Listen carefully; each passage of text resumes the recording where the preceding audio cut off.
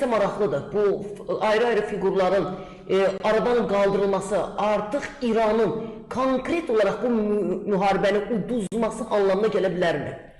Bayaq sadaladığım kimi 4 istiqamətdən biri odur ki, İran rejimi gedəcək. Bu bir reallıqdır. Bu çərçivəsindən. Onu biz deyə bilmərik. Çünki bəzən tutaq ki, 91-ci ildə Səddamı Küveytdən çıxardanda müharibə başladı. Məğlub elədilər İraqı. Amma Səddamın rejiminin yıxılması 2003-də baş verdi, 12 il sonra. Suriyada 2011-də Suriyanı bombaladılar.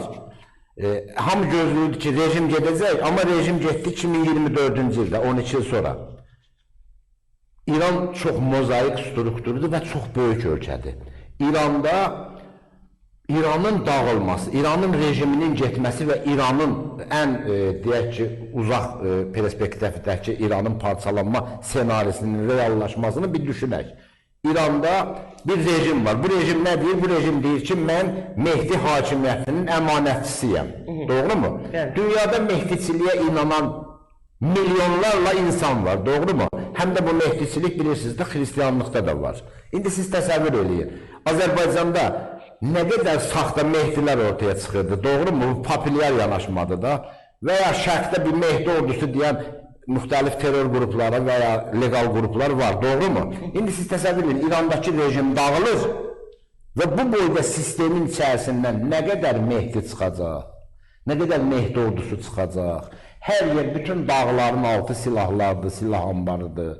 İrandakı bu hərbi sanayi kompleksinin bütün o materialları, ayrı-ayrı qrupların, ayrı-ayrı dövlətlərin kəşfiyyatlarının əslində müttəfiq kimi görünüb rəqabət aparan Almaniya, Fransa, İngiltərə, Amerika, İsrail, bunların hamısının kəşfiyyat qruplarının bağlı olduğu liderlər, İrandakı nüfus sahibləri, buranın hər biri bölgələr, ayrı-ayrı etnik qruplar, Bəluşlar, Lorlar, Ərəblər, Cənubi Azərbaycanlılar, Türkmənlər və s.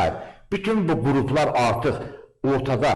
Çünki kollektiv təhlükəsizlik varsa, fərdi təhlükəsizliklə bağlı düşüncə ön plana çıxır, doğru mu? Kollektiv təhlükəsizlik sistemi çökübdürsə, o zaman bunlar necə idarə olunacaq? Bununla bağlı hələlik bitkin fikirlər yoxdur. Müharibənin uzadılmasında çox səbəblər ola bilər. Məsələn, Amerika, İngiltərə və İsrail ittifaqı müharibəni biraz da uzatmaqda məqsədi odur ki, Çin ona, İrana dəstək versin. Çünki Çin bilir ki, hədəf odur. Amma Çin ona hava hücumundan müdafiə sistemi verir, dənizləri minalamaq üçün minalama sistemi verir. Çin verilmiyor onları. Yəni Çin də verir, təbii ki, başqa rəqiblər də verir. Verirsə, həmən hərbi gücün imkanı olur ki, o hava hücumundan müdafiə sistemini, o dənizləri minalama sistemini test eləsin. Yəni səhər Çinlə fərqi yoxdur, bu koalisiyanın və ya Hindistanın bir qarşı durması olan zaman Çinin hərbi üstünlükləri, hərbi bilikləri bilinməlidir. Bilinməsi üçün nə olmalıdır? Sahədə tətbiq. Həzir müharibədir də, müharibə gedir. Çinin də kəşfiyyat sistemi bu yaxın şərqin üzərindədir. Amerikanın da, İngiltərənin də, Rusiyanın da. Hər kəs bir-birini öyrənməyə başlayır. Rəqabətli dünyadır. Yəni müharibənin uzanması təkcə İranın müqavimətinə bağlı deyil. Güclü tərəf, yəni İranın hava məkanına tamamən nəzarət edir. Təsəvvür bir dövlətdə sənin paytaxtın üstündə rahatca sənlə müharibə edən ölkənin dronları, təyyarələri uçuşur və səni dəqiq zərbələrlə, hətta bu dəqiqində keçiblər nəinki Sebahan, Bəsicin də məntəqələrini dağıtmağa. Yəni bir də burada bir yumşaldılma prosesi gedir. Bəsicin məntəqələri vurulması nə deməkdir? Meydana çıxan protest elektoratın qarşısında kim dayanır? Əsasən bəsis qüvvələri. İndi təsəvvür edin, bəsis qüvvələri tək-tək, hətta dronlarla öldürülür, fərd-fərd. Nəinki qərargahları vurulur. Deməli, burada bir dayanma ola bilər. Bu da bir ehtimallardan biridir müharibədə. Və imkan yarana bilər daxili elektorat ayağa qalxması üçün. Eyni şey 12 günlük müharibədə də oldu. Yayda müharibə oldu. Üstündən aylar keçdi, ondan sonra İranda nə başladı? Sosial etirazlar. Doğru mu? Əslində Amerikan gəmiləri orada 12 günlük müharibə yeni olmuşdur. Rejimin gerçək müdafiəçiləri olsaydı, meydana çıxmağa cəsarət eləyən o qədər kütlələr olardımı, ölümü gözünün altına alıb? Və yaxud, ali dini lideri öldürülmüş bir rejimdə, əgər iddia olunduğu kimi ki, milyonlarla tərəfdarı var, normalda meydana bu qədər adam çıxmalıydı. İndi ayrı-ayrı media nümayəndələrinin, məsələn, Türkiyənin CNN Türkü gedir, orada ayrı-ayrı vətəndaşları tapır, olar deyilər, biz İran üçün ölərik, rejim üçün ölərik, rəhbərimiz üçün ölərik və s.